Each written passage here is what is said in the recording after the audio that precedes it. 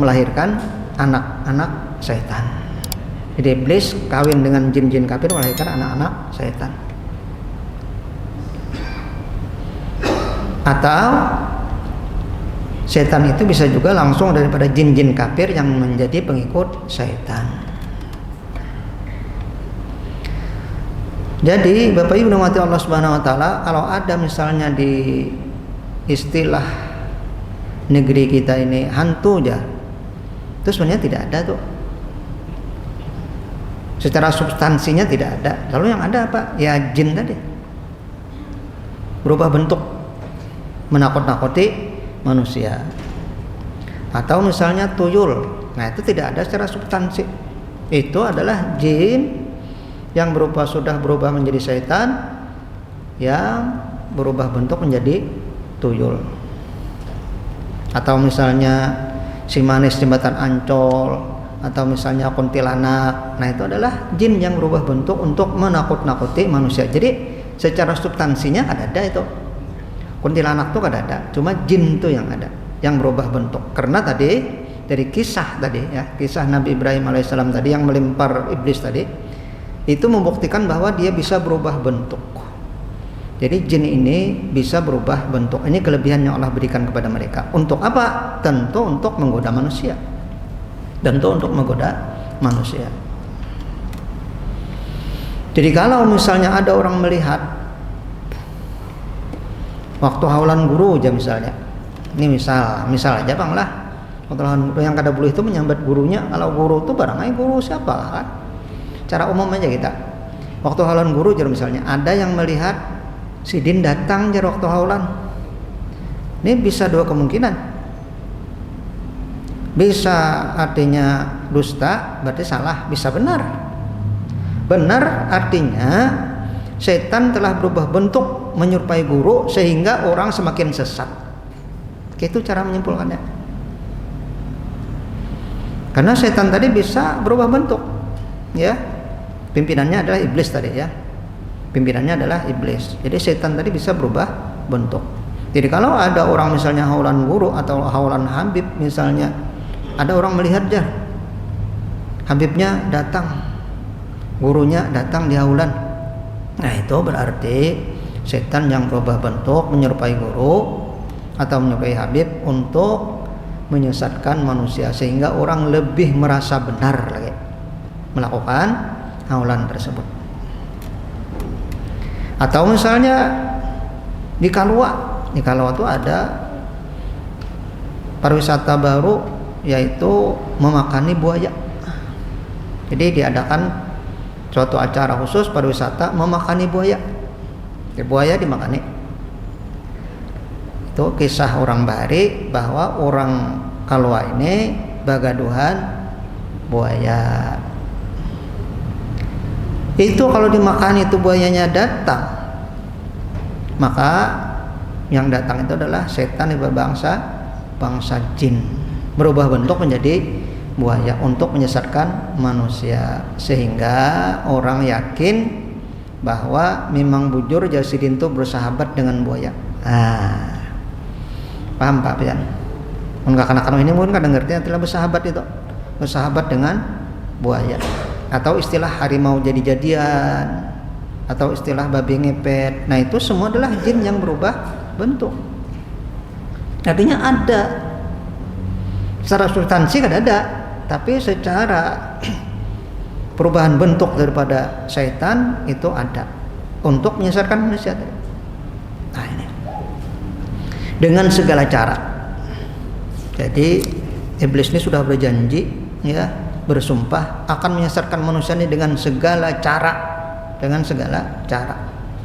Apa kata iblis dalam sumpahnya? Ya, surah Al-A'raf ayat 16.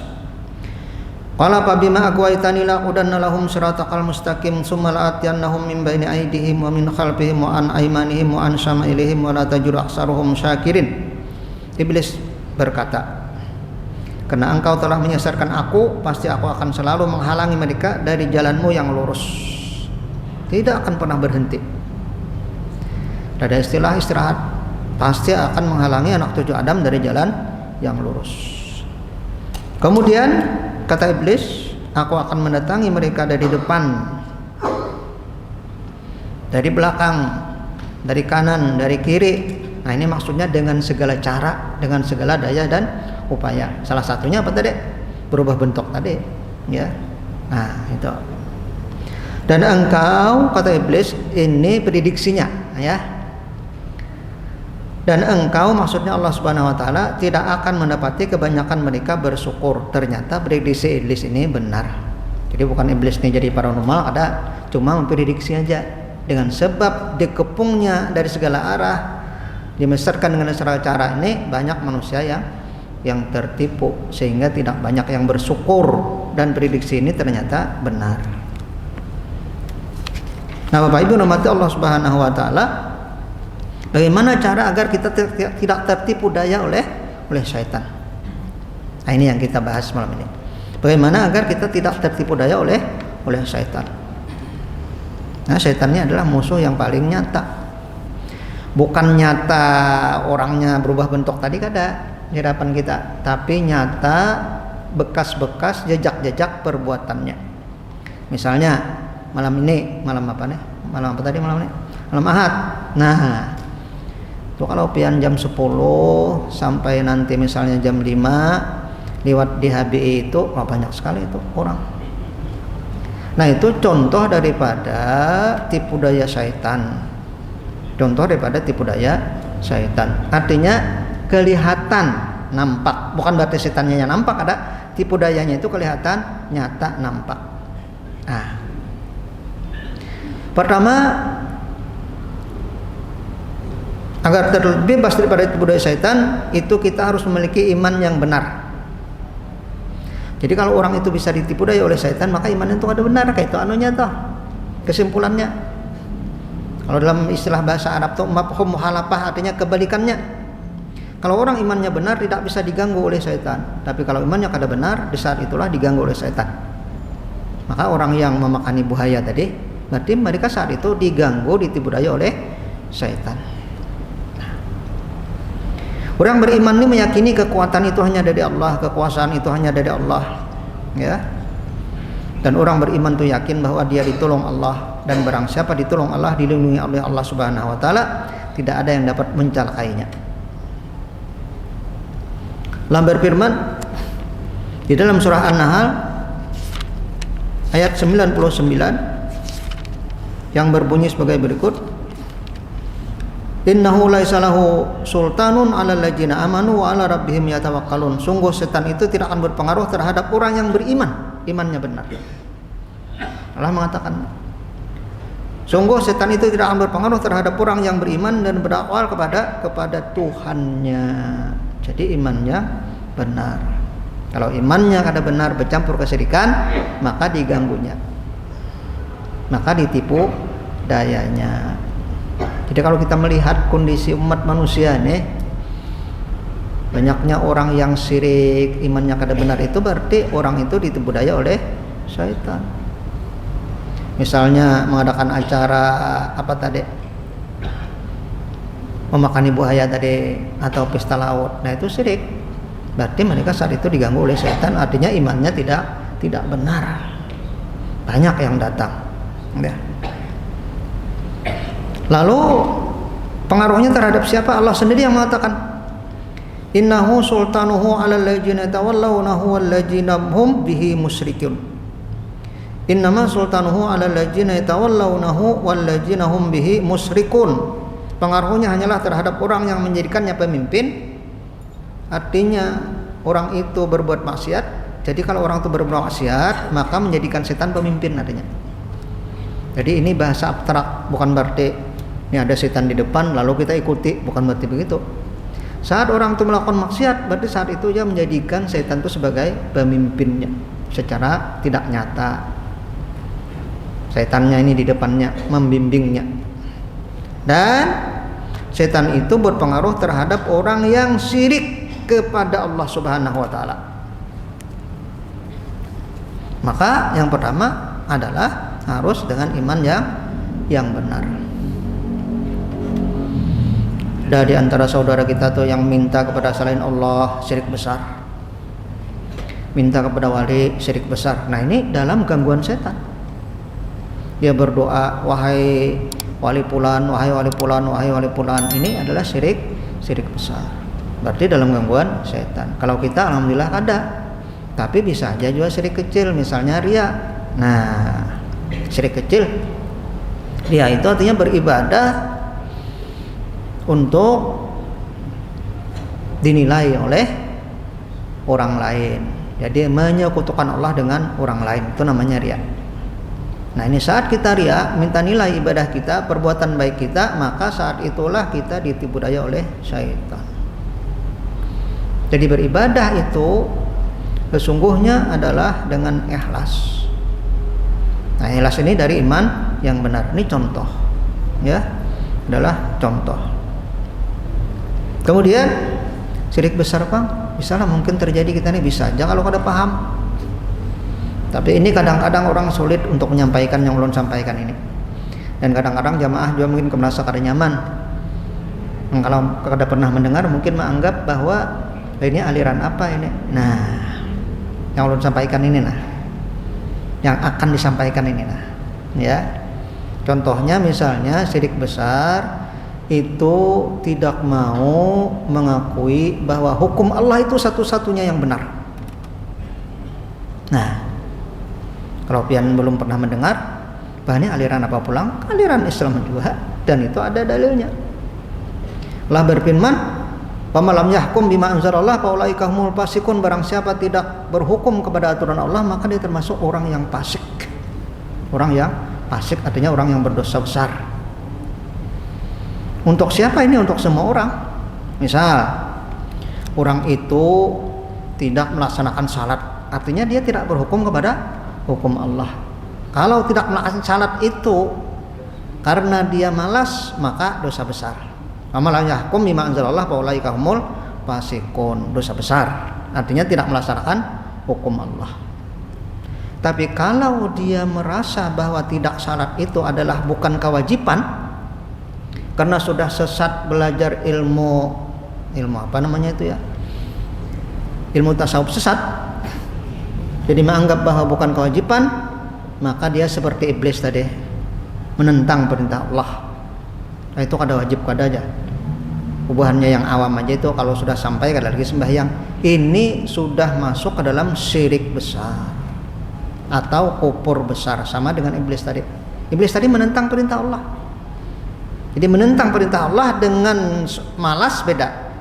Kalau malas tuh ya tahu aja pada wajib sembahyang nih, cuma koler lagi kain aja bertobat waktu sudah tua. Nah itu malas. Dan ini ada menentang. Kalau menentang ini wah ada wajib lagi sembahyang, bagi kami ini sudah sampai, itu yang belum sampai aja. Nah ini kufur besar.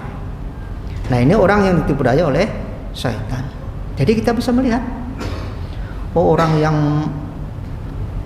melihat guru datang waktu haulan tadi ditipu daya syaitan. Orang yang kada sembahyang ditipu daya syaitan. Orang yang tidak mengakui hukum Allah itu ditipu daya syaitan. Itu contohnya.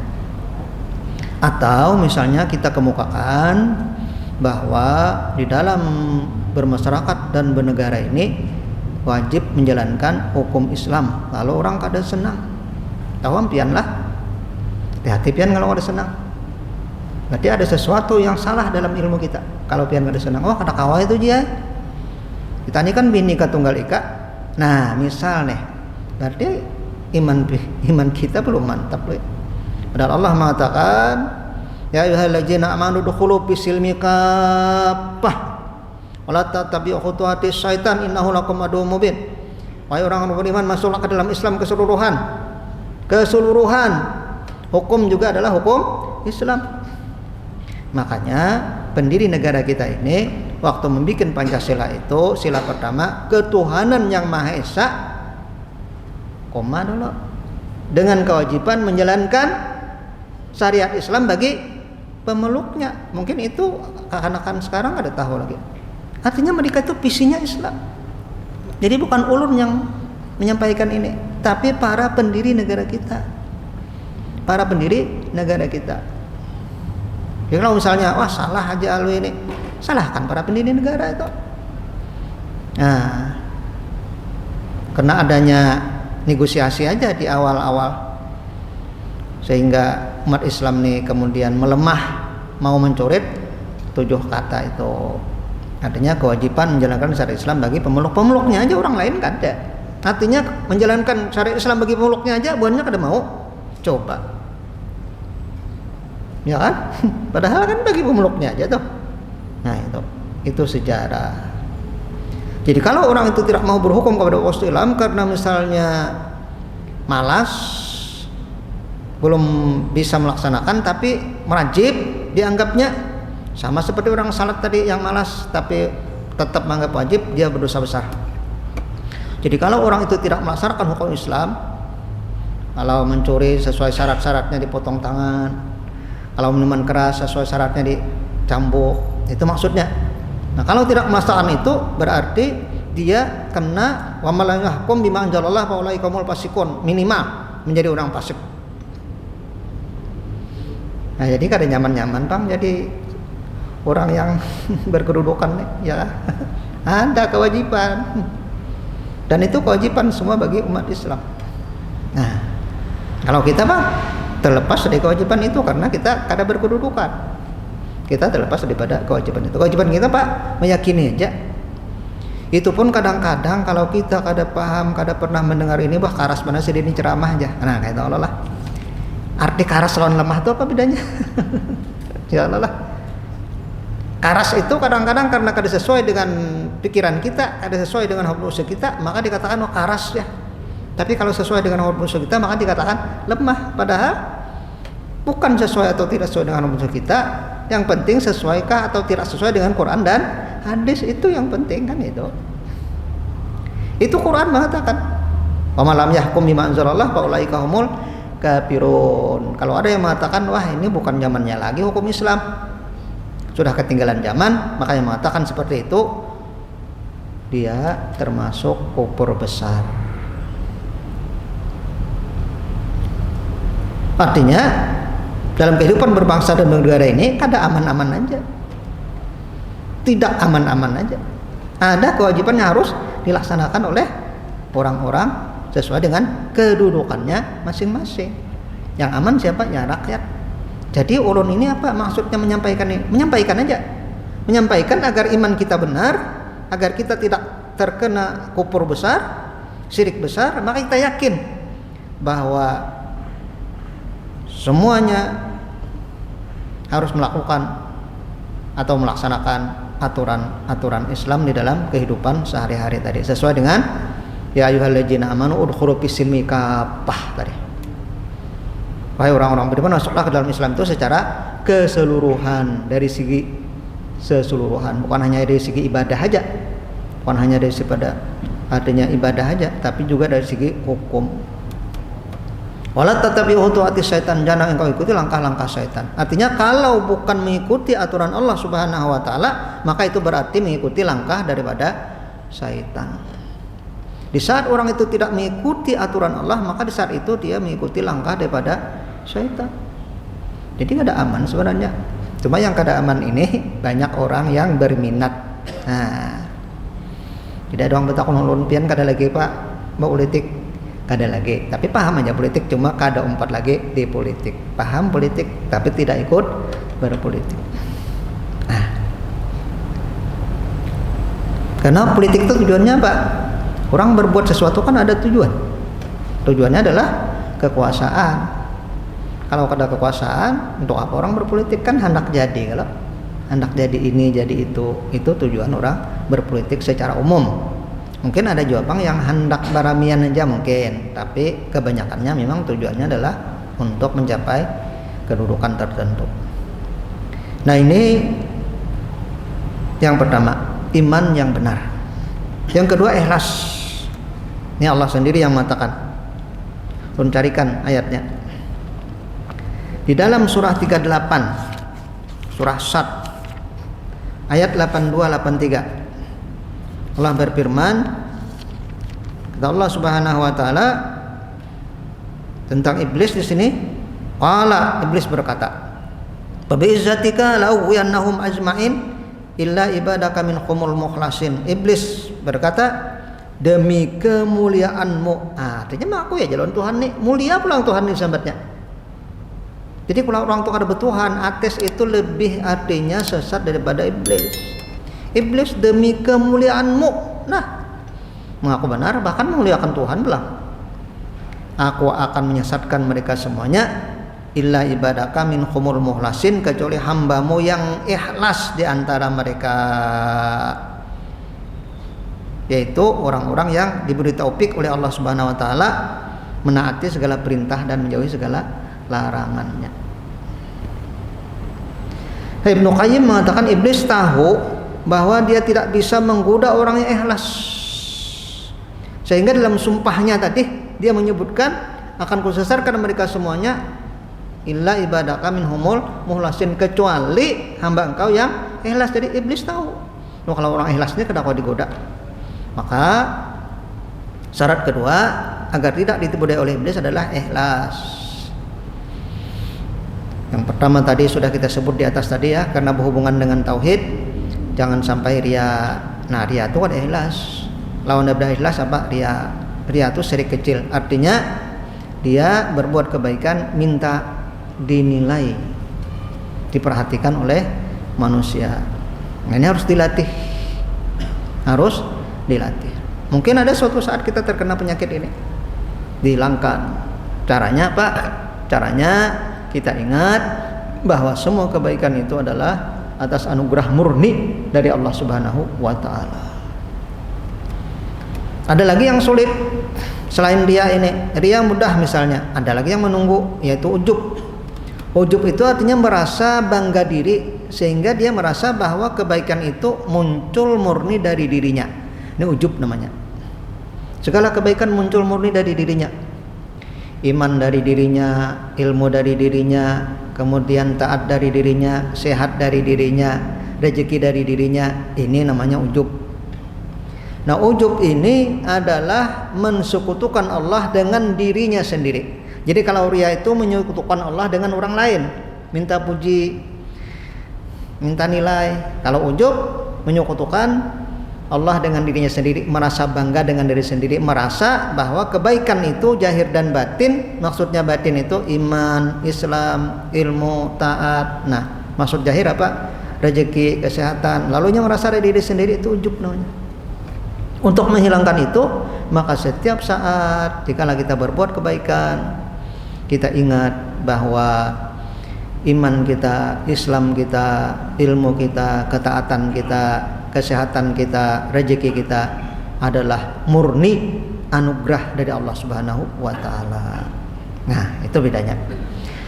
Kalau kita yakin bahwa kebaikan semuanya itu adalah nikmat, anugerah dari Allah taala, maka kita bersyukur. Sehingga setiap selesai salat itu kita membaca alhamdulillah, syukur.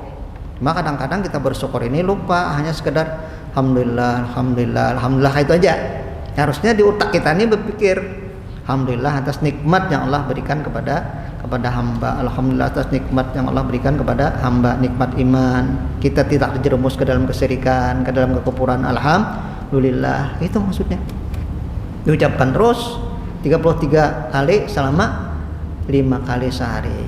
Mana itu? Minimal setelah salat. Ya, setelah salat. Nah, ini yang ujub tadi. Jadi semuanya caranya agar kita terhindar dari ujub, semua nikmat, semua kebaikan itu dari Allah Subhanahu wa taala, sehingga kita tidak bangga diri. Ini awal daripada kesombongan. Jadi setelah ujub ini naik ke atas kesombongan. Nah, iblis itu asalnya kenapa jadi sesat? Dia merasa lebih daripada Adam. Lebih tua. Adam hanya diciptakan, sudah sujudlah, lebih tua, bahasa orang tua. Nah, merasa lebih. Nah, itu kan. Dari sisi ibadah, Adam hanya dilahirkan belum beribadah. Iblis tadi sudah beribadah ribuan tahun dah.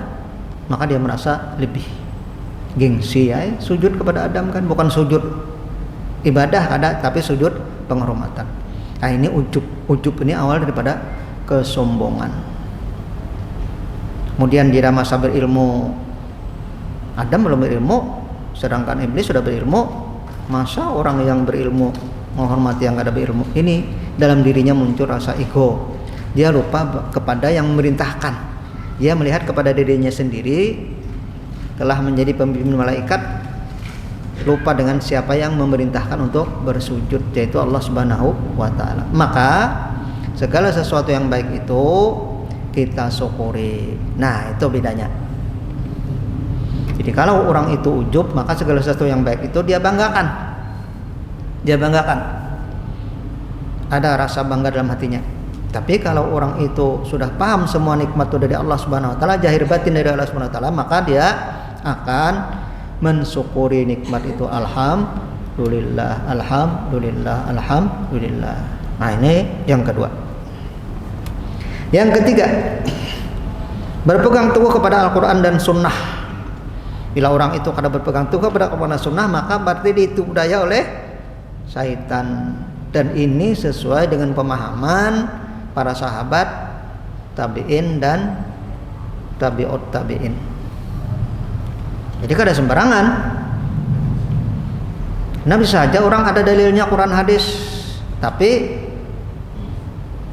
kemudian menafsirkan Quran hadis sesuai dengan kehendaknya sendiri. Bisa terjadi, ya. Maka pemahaman itu sesuai dengan Al-Quran dan hadis, sesuai dengan sahabat, tabi'in, pengikut sahabat dan tabi'ut tabi'in. Contoh misalnya, orang itu melakukan kegiatan talqin mayat setelah dikubur. Talqin mayat setelah dikubur. Kalau kita talqin mayatnya waktu sakaratul maut, ditalqin di sampingnya, disuruh mengucapkan la ilaha illallah. Kalau sudah, ya stop, jangan dipandiri lagi, la ilaha illallah. Nah, saat-saat terakhir sakaratul maut itu talqin kita. Tapi kalau mereka talqinnya adalah, istilah talqinnya itu waktu setelah selesai dikubur. Ini secara akal atau secara dalil mereka mengatakan kawan kita nih dalam kondisi memerlukan bantuan, masa ada dibantu. Nah, ini kan alasan memerlukan bantuan, karena dia akan ditanya. Jadi yang ngaran sesama muslim ini harus saling bantu membantu, tolong menolong. Orang awam nih lalu masuk akal lain, bujur jola, kasihannya orang artinya dalam kubur hendak ditanya, seharusnya dibantu. Nah, kan gitu akal. Kemudian bahkan pakai ayat lagi. Apa ayatnya? Ta'awanu alal birri wat taqwa. Bertolong-tolonglah dalam kebaikan dan takwa. Ini kan dalam kebaikan, bertolong-tolong dalilnya. Nah, ini Pak. Jadi berpegang teguh kepada Al-Quran dan Sunnah ini sesuai dengan pemahaman salafus saleh. Kalau kita balik tanyakan, ta'awanu alal birri wat taqwa itu terdahulu turun kepada siapa dulu? Kepada kita kah? Kepada Nabi kah? Pada Nabi kalau lah. Yang lebih dulu mendengar siapa? Kita kah? Sahabat kah? Sahabat lebih dulu mendengar ta'awanu alal birri wat taqwa. Apakah mereka menafsirkan ta'awanu alal birri wat taqwa itu dengan talqin? Kan kada bisa paham Pak ya. Seandainya mereka menafsirkan ta'awanu alal birri wat taqwa itu dengan talqin, membentuk saudaranya agar mudah menjawab pertanyaan dalam kubur, maka berarti mereka sudah lebih dahulu mengadakan talqin sebelum kita. Ternyata mereka tidak ada talqin. Selesai. Jadi kalau tidak mengembalikan kepada pemahaman para sahabat dan tabi'in tadi, masih bisa sesat lagi. Nah, ini ayatnya ya. Allah berfirman di dalam surah Al-Zukhruf ayat 36. Kata Allah Subhanahu wa taala, "Wa may yaqsu an dzikri rahman nuqayyid lahu syaitan fa huwa lahu qarin." Dan barang siapa berpaling dari pengajaran Allah yang pengasih yaitu Quran, kami biarkan setan menyesatkannya dan menjadikan teman karibnya. Itu makanya susah kita menakwa hiburannya nih. Karena apa yang disampaikan ini semuanya lepas. Ya Allah. Iman yang benar lepas. Ya kan? Ikhlas lepas. Kenapa ikhlas ini lepas? Dan buktikan aja. Kalau ceramah nih, panggil ceramah misalnya, Hari pertama jangan diberi duit, hari kedua dipanggil bisa ada datang lagi. Artinya apa? Ceramah hanya untuk mencari duit, kada ikhlas seperti. Makanya ada orang menyampaikan yang benar itu kepada masyarakat. Sebab kalau menyampaikan yang benar, khawatir kalau tidak dipanggil orang lagi, artinya kada ikhlas seperti. Kalau orang ikhlas itu disampaikan apa adanya, orang ketujuh ada itu yang penting Al-Quran dan hadis yang benar. Karena yang beri hidayah itu Allah Subhanahu Wa Taala. Diberi orang duit, alhamdulillah. Kalau tidak diberi, kada apa-apa. Karena tujuan kita menyampaikan yang hak, yang benar, amar ma'ruf nahi mungkar. Nah itu. Kemudian berpegang teguh pada Quran hadis kada juga. Jadi nyaman benar setan mengganggu. Nah, nyaman benar setan mengganggu. Dan waktunya habis lah. Wa innahum la yasuddunahum 'anis sabil wa yahsabuna annahum muhtadun. Dan sungguh mereka setan-setan itu benar-benar menghalangi mereka dari jalan yang benar, sedang mereka merasa mendapat petunjuk. Bayangkan. Jadi orang tuh menggawi yang salah tuh merasa dia mendapat petunjuk. Kenapa jadi dia merasa benar? Nah, karena merasa mendapat petunjuk tadi Pak. Artinya yang kami gawi ini benar aja gitu. Nah, dalilnya gini ada juga Quran. Contohnya satu tadi. Misalnya talqin tadi, tawanu alal birri wat taqwa, bertulang-tulanglah atas kebaikan dan takwa. Itu kan kebaikan. Masa saudara kita dalam keadaan artinya kesulitan kada dibantu. Nah, itu. Tapi kalau kita kembalikan kepada kekanakan sekolah itu pun sudah kada benar ya. Kalau artinya amun diberi tahu jawaban tuh berarti batirunan kan gitu. Kurang untuk sekolah ada soal diberitahu jawaban berarti batirunan. Maulah kayak itu. Nah, ini kan contoh yang sederhana aja. Jadi barangkali sampai di sini dulu. Yang pertama tadi agar kita tidak tertipu daya dengan setan adalah iman yang benar. Yang kedua ikhlas, yang ketiga berpegang teguh kepada Al-Qur'an dan hadis sesuai, ada lanjutannya pemahaman para sahabat dan tabi'in atau disebut dengan salafus saleh. Bahasa Arab